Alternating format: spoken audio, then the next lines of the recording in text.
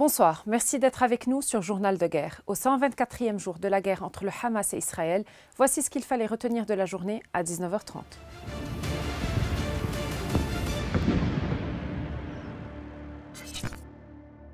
Nous commençons avec la frontière libano-israélienne. La tension est montée d'un cran mercredi matin, les Israéliens ayant mené un raid par drone contre le bâtiment de la raffinerie de Wazani, endommageant ainsi le réseau de distribution d'eau au Liban Sud.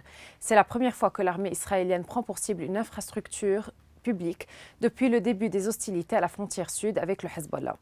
Au même moment, les avions israéliens ont simulé des raids franchissant le mur du son au large de la côte sud.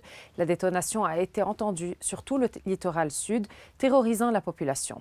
Ces deux événements surviennent après une nuit de mardi à mercredi, ponctuée de raids menés par des avions de guerre israéliens sur les périphéries de Houla et Bani Hayyan. Ces attaques aériennes israéliennes ont causé des dégâts matériels. Dans les localités adjacentes à la ligne bleue, des réseaux d'eau et d'électricité ainsi que des routes publiques locales ont été endommagés. Tout au long de la nuit de mardi jusqu'à mercredi matin, des avions de reconnaissance ont survolé les villages des secteurs ouest et central jusqu'à la périphérie de Tyr dans une profondeur inhabituelle, tandis que l'armée israélienne tirait des fusées éclairantes dans la même zone. Le président palestinien Mahmoud Abbas a reçu le secrétaire d'État américain Anthony Blinken à Ramallah en Cisjordanie, alors que le chef de la diplomatie américaine effectue actuellement sa 5e tournée au Moyen-Orient depuis le début de la guerre, il y a 4 mois, jour pour jour, dans la bande de Gaza. M. Blinken a également rencontré le premier ministre israélien Benjamin Netanyahu ainsi que le président israélien Isaac Herzog. Le chef de la diplomatie américaine a indiqué mercredi espérer un accord sur les otages détenus dans la bande de Gaza, mais a souligné qu'il restait beaucoup de travail pour y parvenir après s'être réuni avec les dirigeants israéliens à Jérusalem.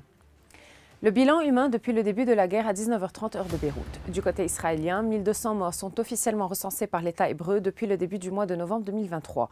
Un chiffre qui n'a toujours pas évolué selon les données officielles malgré des annonces régulières de soldats tués dans les combats. Du côté de Gaza, le ministère de la Santé a recensé près de 27 700 morts parmi les Palestiniens depuis le 7 octobre. Le président iranien Brahim Raïssi a déclaré que la présence des troupes américaines au Moyen-Orient représente une menace pour la sécurité. Le président iranien a en outre dénoncé l'iranophobie et l'islamophobie aux États-Unis, un pays avec lequel l'Iran n'entretient pas de relations diplomatiques depuis 1980, à la suite de la révolution islamique de 1979. Des images publiées sur les réseaux sociaux le 7 février montrent des secouristes se rassemblant sur les lieux d'une frappe israélienne qui a tué 10 personnes, dont 2 combattants du Hezbollah et 6 civils à Homs en Syrie.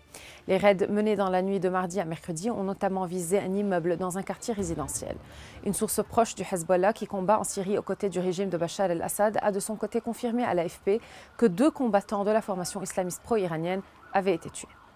Merci de nous avoir suivis sur Ici Beyrouth. On se retrouve demain pour un autre résumé de la situation. Vous pouvez suivre toute l'actualité concernant cette guerre sur notre site web www.icibeyrouth.com sous la rubrique Guerre Israël-Hamas ainsi que sur tous nos réseaux sociaux.